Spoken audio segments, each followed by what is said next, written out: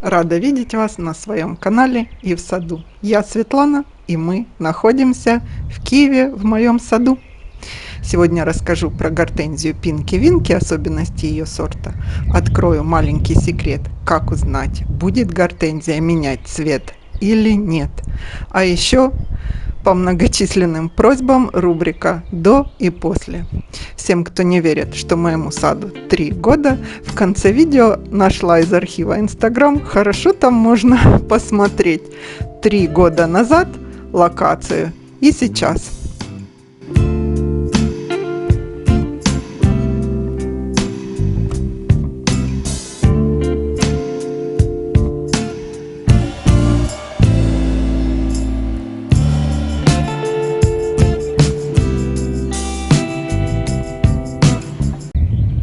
Рада видеть вас на своем канале. Я Светлана, и мой сад находится в Киевской области. Сегодня я без шляпы, но буду в очках, потому что солнышко у нас заходящее прямо в глаза. И расскажу я сегодня про свою гортензию Пинки Винки. Это моя первая гортензия, из которой я сделала свой первый штамп. Я не сделала, конечно, так получилось. Сейчас я вам расскажу, что и как со штампом с моим. А вообще я хочу рассказать вам про сорт этой гортензии, про характерные особенности, и чтобы вы могли прийти в питомник и, не спрашивая менеджера, сами пройти и выяснить, где же Пинки Винки.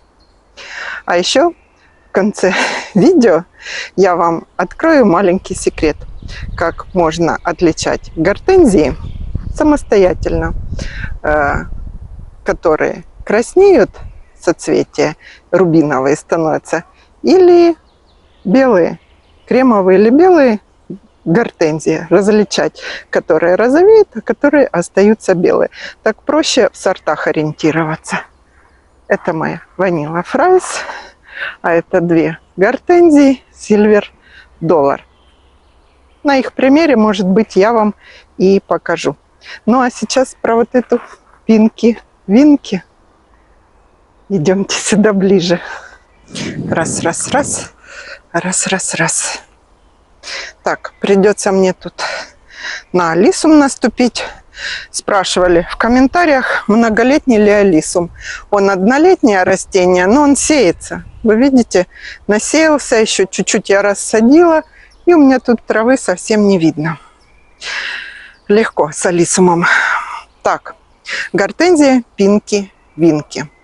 Значит, первый отличительный признак, опять листья. Листья у нее удлиненные, у этой гортензии, миндалеобразные. Я сейчас видео сниму и ближе вам буду в процессе показывать те детали, на которых я буду останавливаться. Большие листья. Есть гортензии, у которых листочки малюсенькие. Это не тот сорт. Пинки Винки вообще рослая гортензия, которая может достигать 2 метров. Ну, у меня пока не 2 метра, еще я ее получилось так, что в штамп выгоняю. В ширину это тоже довольно большой сорт. 1,80 м, 1,5 м.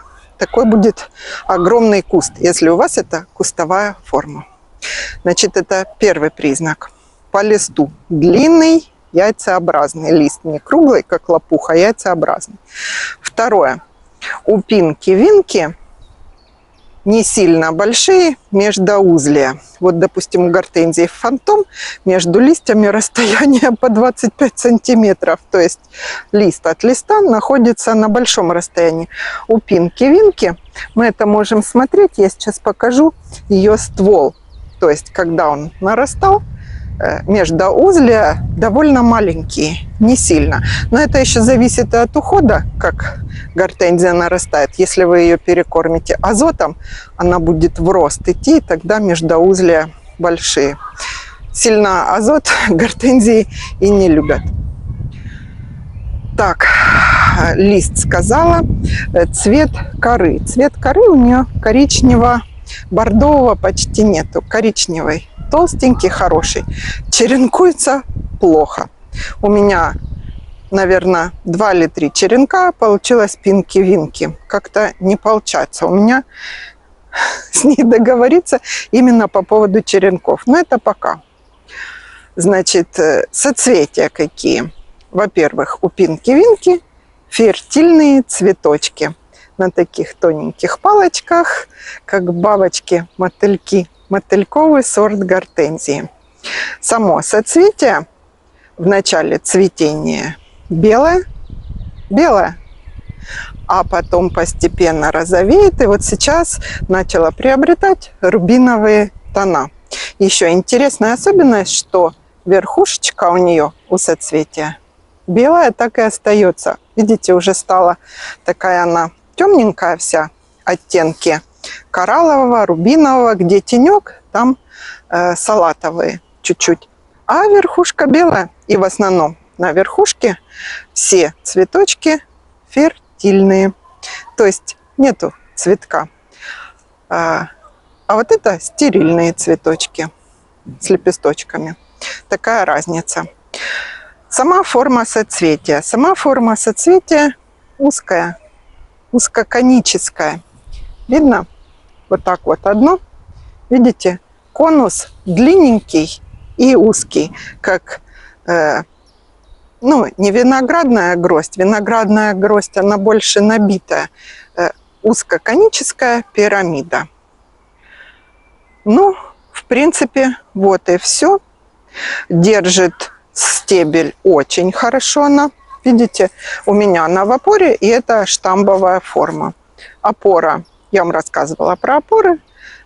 Труба, и по полукругу арматура выгнута. Проблемы нету, потому что у нее фертильные цветы, и дождевые капли, она не сильно намокает, скажем так. Соцветие у нее не сильно влагу в себя берет, и поэтому не ломались. Единственное, знаете, когда я ее формировала первый год, вот почему я говорю, штамп очень важно первый-второй год формировать.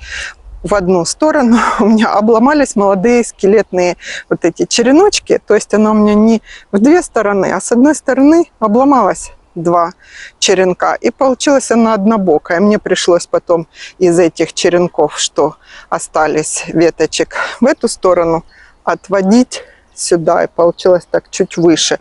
Но это если ее разглядывать, когда опадут листики, я вам покажу еще раз.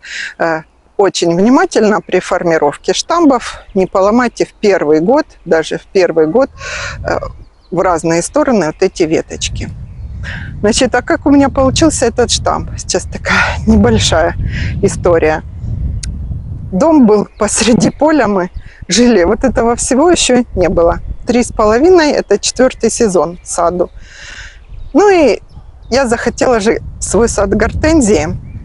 Я вам сказала, полярный медведь у меня первый и фантом.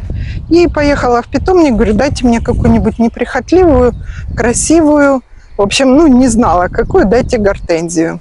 Тогда я даже толком не разбиралась. Крупнолистные, метельчатые, древовидные.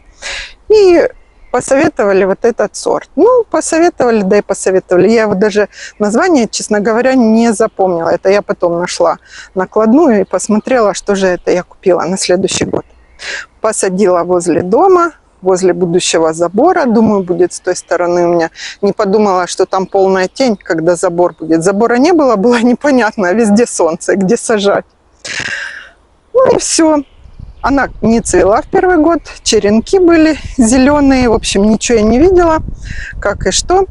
Весной я свою гортензию, думаю, а ну-ка я ее там поухаживаю за ней, это уже март-апрель. Я ее найти не могу, на поле не могу найти эту гортензию в траве. Вроде как я ее так замульчировала хвойным опадом. В общем, что получилось? Получилось так, что бабочки, что зайцы, у нас же тут леса вокруг, зайцы обгрызли прямо в ноль с землей. Даже пенечков не было. Я нашла, раскопала, нашла то место, где она была, в общем, выгрызена. Все. Я даже не помню, плакала я, не плакала, конечно, но расстроилась ужасно. Думаю, какой из меня садовод, я даже первые свои гортензии, я их вообще загубила. Я не знала, что в городе все время жили зайцы. Как они могут, зайцы, взять и съесть цветы? Ну, в общем, что? Ну, ничего. Март, апрель, май, в июне вот такая ветка наросла в том месте, где вот эта гортензия. Забора у нас так еще и не было. Ветка одна. Радости моей предела просто не было. Я палочку взяла, подвязала, думаю, пусть будет одна веточка, такая гортензия. Я про штамбы тогда даже как-то и не знала, что. Подвязала ее, и она у меня вот это год подцвела. Вот такое соцветие, а еще с земли еще маленькое там что-то выросла. Я ее на зиму, на следующую, этой сеткой пообвязывала от тех зайцев. Забора у нас так и не было. У нас забор не сразу появился. Много тут проблем с домом было. Ну и что? И аж на следующий год, это получается один сезон, на второй сезон я решила, почитала, уже посмотрела зимой. Думаю, из нее же можно штамп делать. И вот в тот год и обломалась у меня пару веточек, и она получилась однобокая. В общем, вот эта шикарная гортензия Пинки-Винки, у нее прямо история такая загадочная и длинная, как она пришла к своему вот такому красивому внешнему виду. Что, сейчас я вам поснимаю и буду в процессе видео показывать фрагменты цветов, соцветий, листиков, веточек. Эту гортензию прямо рекомендую. Она одна из самых красивых гортензий с фертильными цветами. И запах у нее есть, фертильные цветочки, вот эти они пахнут. Почему тут и бабочек, и пчел много. Ну все, она вот так вот будет побордовеет, станет такая кораллово-рубиновая, а потом в октябре соцветия засохнут и уйдут в зиму вот такие красивые метелочки. Все, пойду сейчас сниму еще вам обзор другого сорта. Не знаю какого, подумаю. До встречи на нашем канале. Поставьте лайк, если видео вам было полезно. И Пинки-Винки очень легко определить среди всех других гортензий. Хорошая. Пинки-Винки. Кстати, сорт выведен в Бельгии в 2003 году. Вот такая.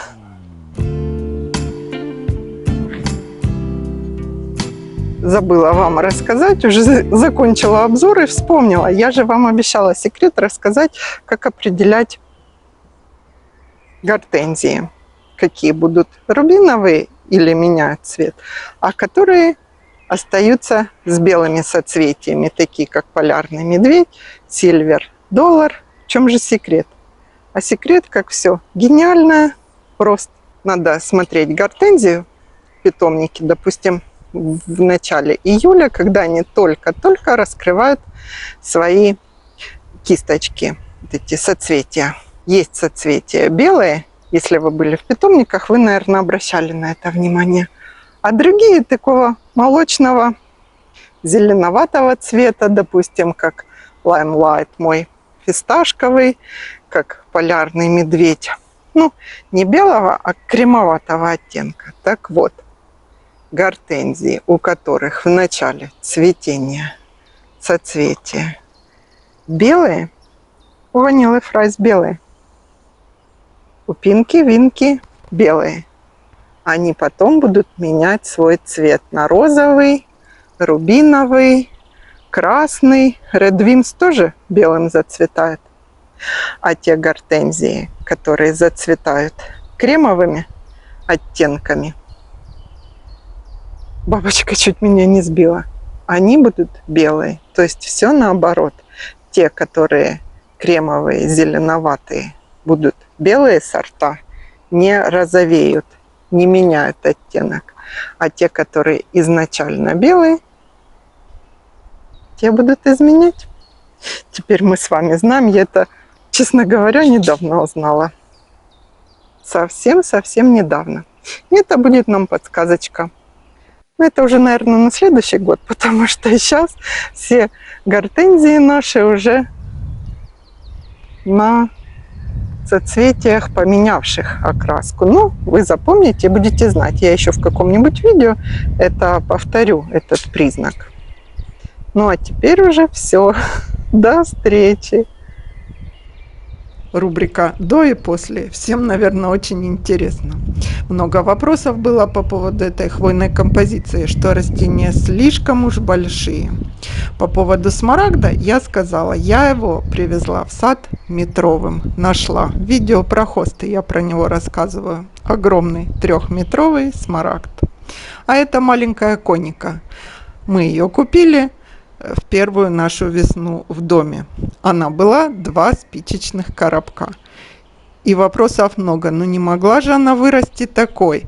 Я сказала, что она 70 сантиметров. На фотографии слева скриншот с инстаграма архива, видно 2 апреля 2020 года. А фотография справа нам говорит, вот такая она сейчас. И я вас, наверное, скептиков огорчу, она не 77 сантиметров, как я сказала, а 1,10 м. Возможно, все. Грунт, уход и хорошие руки творят чудеса. Давайте мечтать вместе и строить, и делать наши сады.